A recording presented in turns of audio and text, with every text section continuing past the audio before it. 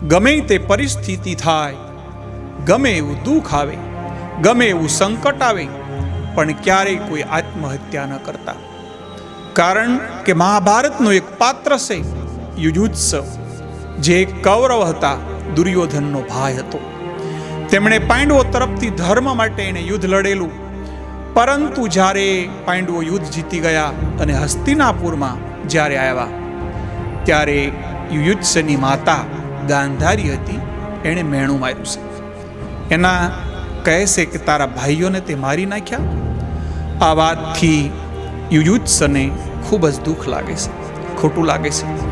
તરત ને તરત એણે આત્મહત્યા કરી લીધી.